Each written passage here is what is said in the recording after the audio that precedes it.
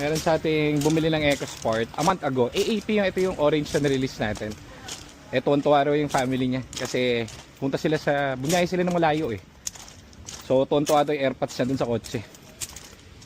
Nanggigigil daw pag nagda-drive. So very happy kami. Kaso na-break in niya na yung kotse after 1 month. May nakita siyang tulo. So dito, libre lang libor niyan. Pinabili lang natin ng gasket sa ilalim. So walang ginastos halos si sir. Parang bumili lang siya ng bagong gasket. Pinalitan namin ng free. Tapos wala na ulit siyang tulo. Very good, on the go na ulit to at wala nang problem. Happy si sir. So very good kay AP pag silbihan mo pa sila ng matindi. Okay, so ito yung unit natin. Ganda no? Pogi. So interview natin si sir. Isang buwan na pala sa inyo yan, sir. Si sir yung ano, yung dinadrive doon airpod niya tontuado sa EcoSport. Na-drive din niya, sir? Saan pumunta, sir? Kasi nung palaw niyan kasi siya yung nag-drive. Sabi niya test daw niya. Sabi testing 120, 130. Buto di kayo nahuli, sir. May pin doon. Yun nga eh, sigabi naman eh. Pasado sa kanya. Pasado sa kanya. Una, ayaw pa siya eh. Ng Ford. Kinokontra niya pa ako eh. Hindi naman kasi basta yun. Kuha ko sa ano. Siyempre, di malalaman natin. Sige, talaga, malalaman natin. Di, drive niya pala niya. Hindi, sa kanya service, sir. Kita mo ngayon. Lahat ng kailangan mo, sir. Yeah. Kaya nga sabi ko, Nakita mo yung mga dumarating dito, puro nakabili sa labas. sakit ang ulo sa kanila. Eh dito, ayun, sabi kasi ng mechanic natin, yung sa kanya, dumaplis yung ano, yung oil pan, yung may tagas. May tagas ng maliit. Pero hindi naman daw nagbabawas ng todo. Ang tumatagas to, sir, sa taas. Kung sabi ko, sige, sa atin yun, sagutin mo yung buong timing.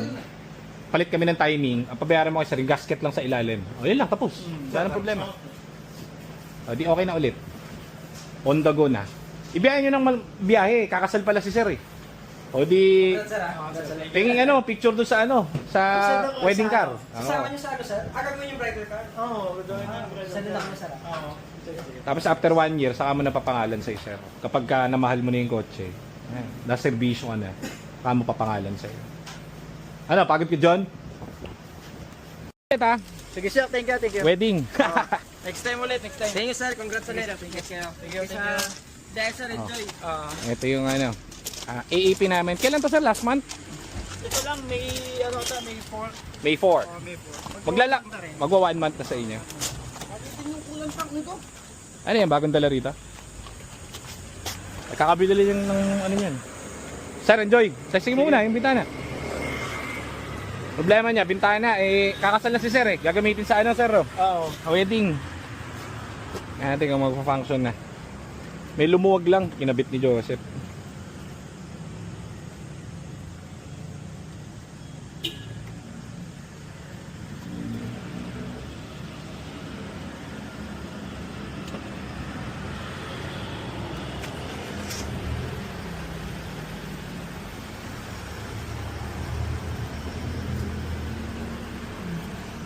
Tatanggal. Matanggal nga eh. Hindi ako nalugubang na siguro.